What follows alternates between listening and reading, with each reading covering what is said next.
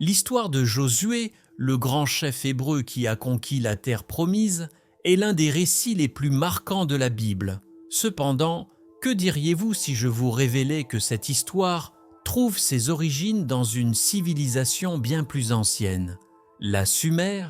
Aujourd'hui, nous dévoilerons les secrets cachés derrière Josué et son lien surprenant avec la mythologie et les récits sumériens. Il y a plus de 5000 ans, bien avant l'émergence des royaumes bibliques, une civilisation prospère s'élevait entre les fleuves du Tigre et de l'Euphrate.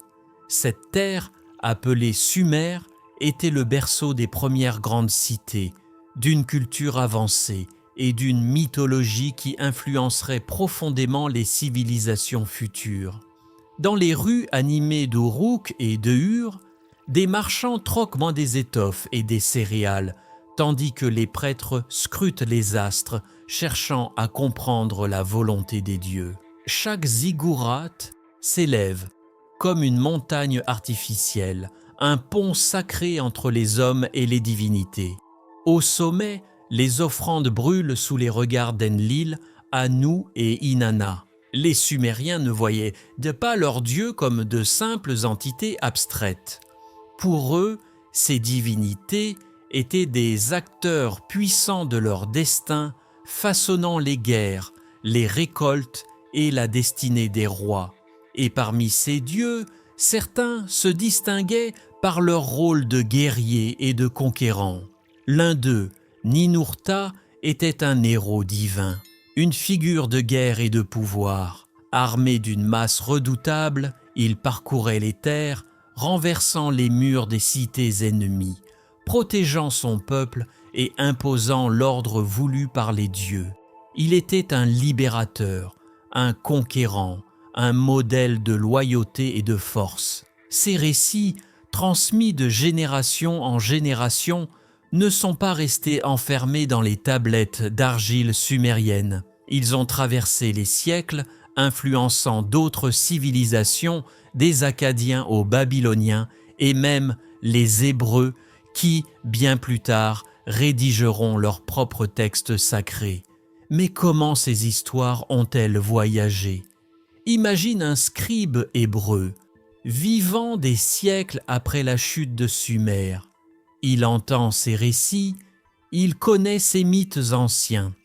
Peut-être les a-t-il lus dans les bibliothèques babyloniennes, ou bien les a-t-il entendus dans les récits transmis par des marchands ou des exilés. Lorsqu'il rédige l'histoire de Josué, il s'inspire inconsciemment ou volontairement de ces anciens modèles héroïques. Ninurta devient Josué, non plus un dieu guerrier, mais un serviteur de Yahvé. Ces victoires ne sont plus obtenues par Taichung ou par la force brute et les armes divines, mais par la foi et l'obéissance. Ainsi, ce que nous pensions être une histoire purement hébraïque pourrait bien être l'écho d'un passé bien plus ancien. Les Sumériens, avec leurs dieux et leurs légendes, ont peut-être laissé une empreinte invisible mais indélébile dans les textes sacrés que nous connaissons aujourd'hui, et pourtant, peu de gens connaissent cette connexion. Pourquoi ces influences ont-elles été oubliées? Ont-elles été délibérément effacées ou simplement fondues dans la tradition hébraïque avec le temps? C'est ce que nous allons explorer dans la suite de notre voyage à travers l'histoire oubliée de la Bible. Dans les légendes sumériennes, Ninurta est un guerrier divin qui, sous les ordres des dieux, combat les forces du chaos. Son arme magique, le charour, lui confère une puissance inégalée. Il affronte des ennemis redoutables, conquiert des terres hostiles et établit l'ordre divin. Il est un chef de guerre, un héros destiné à guider son peuple à travers les épreuves et les batailles. Ninurta ne se contente pas de vaincre ses adversaires. Il est également un bâtisseur et un protecteur. Il rétablit l'équilibre dans un monde chaotique, érige des villes, protège les récoltes et assure la prospérité de son peuple. Sa légende, gravée dans les tablettes sumériennes, symbolise le triomphe de l'ordre sur le désordre, du divin sur le profane. Des siècles plus tard, dans les récits bibliques, Josué émerge comme une figure centrale de la conquête de Canaan. Tout comme Ninurta, il est un combattant choisi par Dieu, menant les Israélites dans une série de campagnes militaires pour prendre possession de la terre promise. Son rôle est d'une importance capitale. Il incarne la volonté divine sur terre, exécutant des ordres précis pour assurer la victoire de son peuple. Mais la ressemblance ne s'arrête pas là. Ninurta et Josué partagent un lien profond avec le sacré.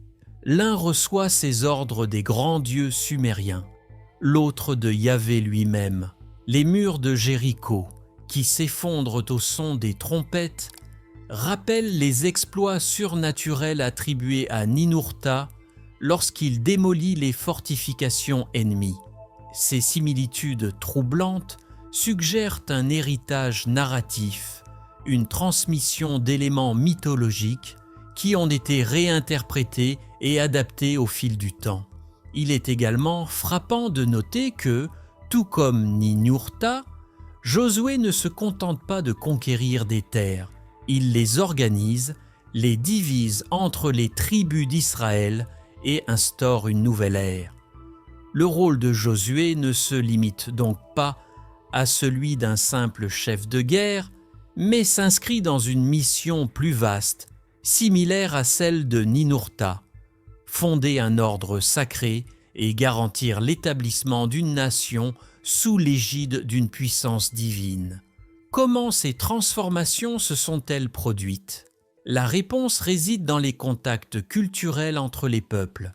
Les Hébreux, au cours de leur captivité à Babylone, ont été exposés aux traditions mésopotamiennes. Les scribes qui ont compilé les récits bibliques ont peut-être intégré des motifs ancestraux à leurs propres histoires, modifiant Ninurta en Josué, ajustant ses caractéristiques pour l'adapter à une nouvelle vision religieuse et théologique. Ce processus d'assimilation et de réécriture était commun dans l'Antiquité. Les civilisations empruntaient et remodelaient les mythes des autres cultures pour leur donner une nouvelle signification. Josué est ainsi devenu un héros non pas d'un panthéon polythéiste, mais d'une religion monothéiste en plein essor. Son histoire, bien que transformée, conserve les échos d'un passé lointain, celui des grandes cités sumériennes et de leurs dieux oubliés. Les parallèles entre Ninurta et Josué sont-ils de simples coïncidences ou bien témoignent-ils d'un emprunt délibéré? De nombreux chercheurs estiment que la transmission culturelle a joué un rôle majeur. Les récits sumériens, bien qu'anciens, ont influencé les traditions akkadiennes, babyloniennes et, par extension, hébraïques. À travers les siècles, ces histoires ont été adaptées, modifiées, parfois embellies pour correspondre à de nouvelles croyances. D'autres indices appuient cette hypothèse. Le motif du héros divinisé, guidé par une puissance céleste et chargé de mener un peuple vers une terre promise, ne se limite pas à Ninurta et Josué. On le retrouve également dans les épopées akkadiennes, avec des figures comme Sargon d'Akkad ou encore dans la mythologie hittite. Ce schéma narratif est un héritage de la pensée mésopotamienne qui a façonné bien des récits religieux ultérieurs. En observant ces connexions, on comprend mieux comment la Bible, loin d'être un texte isolé, s'inscrit dans une tradition bien plus ancienne. Les scribes hébreux ont hérité d'un vaste corpus de mythes et de récits héroïques qu'ils ont adaptés à leur vision du monde. Josué, en tant que leader spirituel et militaire, incarne cette fusion entre héritage antique et croyances monothéistes. Dans la suite de cette exploration, nous verrons comment d'autres figures bibliques portent l'empreinte de ces récits anciens et comment l'histoire a été façonnée par ces influences méconnues. Lorsque l'on explore les récits antiques, on découvre des parallèles frappants entre certains mythes sumériens et des figures bibliques emblématiques. Parmi eux, Josué, le successeur de Moïse, semble posséder des similitudes intrigantes avec des héros et des traditions de Mésopotamie, en particulier avec certains récits sumériens qui précèdent de plusieurs siècles l'écriture de la Bible. L'une des sources les plus fascinantes est le mythe de Ninurta, une divinité guerrière sumérienne, ainsi que l'épopée de Gilgamesh, qui présente des motifs et des structures narratives rappelant fortement l'histoire de Josué. Ninurta est l'un des dieux guerriers majeurs du panthéon sumérien, souvent représenté comme un héros invincible, menant des batailles sous la bénédiction divine. Dans l'un des textes sumériens, l'épopée de Lugal-e ou les exploits de Ninurta, il est envoyé par son père Enlil pour conquérir des territoires et vaincre des ennemis redoutables. Il mène ainsi une campagne militaire marquée par des miracles, des interventions divines et des actes héroïques, réminiscent de la conquête de Canaan par Josué. Un passage intéressant du mythe raconte que Ninurta, armé d'armes offertes par les dieux, détruit les fortifications de ses ennemis et transforme des paysages entiers pour faciliter sa victoire. Cette description fait écho au célèbre épisode biblique de la prise de Jéricho, Josué 6, où les murailles de la ville s'effondrent après que Josué et ses troupes aient suivi les instructions divines et sonné les trompettes. La figure de Ninurta présente aussi une autre ressemblance frappante avec Josué. Il ne se bat pas simplement pour sa propre gloire, mais agit en tant qu'exécuteur de la volonté divine, purifiant le monde du chaos et de l'anarchie. Cet élément renforce l'idée que Josué pourrait être un héritier culturel d'une tradition mésopotamienne plus ancienne. L'épopée de Gilgamesh, l'un des plus anciens récits épiques de l'humanité, regorge également d'éléments susceptibles d'avoir influencé la figure de Josué. Gilgamesh, roi d'Uruk, entreprend une quête initiatique sous la guidance des dieux, affrontant des forces surnaturelles et accomplissant des exploits extraordinaires. Dans plusieurs passages, il traverse des rivières infranchissables avec l'aide divine. Un motif rappelant l'épisode biblique où Josué traverse le Jourdain après que les eaux se soient miraculeusement retirées. Josué 3,14-17. Un autre aspect similaire entre les deux figures réside dans l'idée de la mission divine. Gilgamesh cherche à établir sa réputation et à remplir un devoir sacré, tout comme Josué qui ne fait pas simplement la guerre, mais exécute un plan divin pour établir un nouveau royaume. Les deux personnages incarnent un rôle de meneur charismatique, soutenu par les dieux, avec une finalité qui dépasse leurs propres ambitions. Un élément fascinant dans la transmission des mythes sumériens réside dans les tablettes de Nippur, une ancienne ville sumérienne qui fut un centre intellectuel et religieux majeur. Ces tablettes, datant du 3e millénaire avant, JJAC, contiennent des récits similaires à ceux de la Bible hébraïque, notamment des histoires de déluge, de conquêtes divinement inspirées et de héros aidés par des forces surnaturelles. Il n'est pas inconcevable que ces récits aient été assimilés par les peuples sémitiques et aient contribué à la formation du personnage de Josué tel que nous le connaissons aujourd'hui.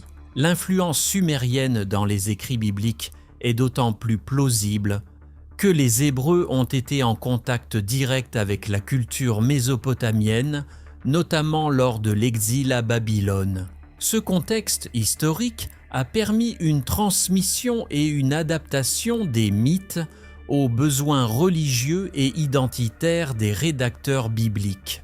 Les similitudes entre les mythes sumériens et l'histoire de Josué ne sont pas simplement fortuites. Elles révèlent un phénomène universel dans l'évolution des récits religieux, la reprise et la transformation de thèmes anciens pour les adapter à de nouveaux contextes spirituels et politiques. Ninurta, Gilgamesh et Josué partagent des traits communs, suggérant que la Bible pourrait avoir emprunté certains éléments à la riche tradition mésopotamienne. Ces découvertes remettent en question l'idée d'une inspiration exclusivement divine des textes bibliques et ouvrent la porte à une analyse plus profonde des influences croisées entre civilisations anciennes. La question qui demeure est la suivante. Pourquoi ces liens entre Josué et les mythes sumériens ne sont-ils pas plus largement abordés? C'est ce que nous verrons dans les prochains chapitres. Les similitudes entre Josué et les héros sumériens sont frappantes et soulèvent la question de savoir si le personnage biblique s'inscrit dans une tradition mythologique plus ancienne. En examinant les récits sumériens et akkadiens, on découvre que plusieurs figures, notamment Ninurta, Gilgamesh et Sargon d'Akkad, présentent des parallèles étonnants avec Josué. Ces similitudes ne sont pas simplement anecdotiques, elles suggèrent une influence culturelle et littéraire des mythes mésopotamiens sur les récits bibliques. Josué, comme Ninurta, est un guerrier mandaté par une divinité pour mener des batailles et établir un nouvel ordre. Ninurta, le héros de l'épopée sumérienne, est envoyé par son père, Enlil, pour affronter les forces du chaos et restaurer l'harmonie divine. Il utilise des armes magiques fournies par les dieux, tout comme Josué, qui reçoit des directives de Yahvé pour s'assurer la victoire sur ses ennemis. Les deux personnages sont dépeints comme des instruments divins accomplissant une mission sacrée, plutôt que comme de simples conquérants humains. Un élément fascinant de l'histoire de Josué est la chute des murailles de Jéricho. Ce récit rappelle les exploits de Ninurta, qui renverse des forteresses et terrasse des ennemis grâce à son pouvoir divin. Dans les récits sumériens, les dieux sont souvent impliqués dans la destruction des cités par des moyens surnaturels, un motif qui se retrouve dans la Bible avec Josué. La manière dont Josué suit les instructions de Yahvé en marchant autour de Jéricho pendant 7 jours avant que les murailles ne tombent n'est pas sans rappeler les rituels religieux et militaires des Sumériens, où les héros et les rois opéraient sous l'influence divine pour réaliser leur conquête. Un autre point commun significatif est la relation entre Josué et Moïse, qui ressemble à celle entre Gilgamesh et Enkidu dans l'épopée de Gilgamesh. Dans les récits sumériens, Gilgamesh et Enkidu forment un duo dont la dynamique rappelle celle de Moïse et Josué. Gilgamesh est le guide et l'ancien, tandis qu'Enkidu est le jeune héros qui apprend de lui avant de prendre son propre chemin. De même, Moïse prépare Josué à diriger le peuple d'Israël, et ce dernier poursuit l'œuvre initiée par son prédécesseur. Dans l'épopée de Gilgamesh, le roi d'Uruk cherche à accomplir une mission imposée par les dieux, souvent en traversant des obstacles surnaturels. Cette quête n'est pas sans rappeler celle de Josué, qui doit traverser le Jourdain sous la guidance divine avant de conquérir Canaan. Le thème du passage des eaux est un élément récurrent dans les mythes antiques, symbolisant souvent une transformation spirituelle et une nouvelle étape dans la vie du héros. Sargon d'Akkad, un autre héros antique, présente également des similitudes avec Josué. Fondateur de l'Empire akkadien, Sargon est souvent décrit comme un chef militaire charismatique qui unifie des territoires sous un règne centralisé. Comme Josué, Sargon affirme que son pouvoir lui a été conféré par une divinité et il est représenté comme un exécuteur de la volonté divine. Son ascension au pouvoir et ses conquêtes rappellent celles de Josué, qui prend la tête du peuple d'Israël après la mort de Moïse et s'engage dans une série de campagnes militaires victorieuses sous l'ordre de Dieu. Les similarités entre Josué et ses héros sumériens ne peuvent être ignorées.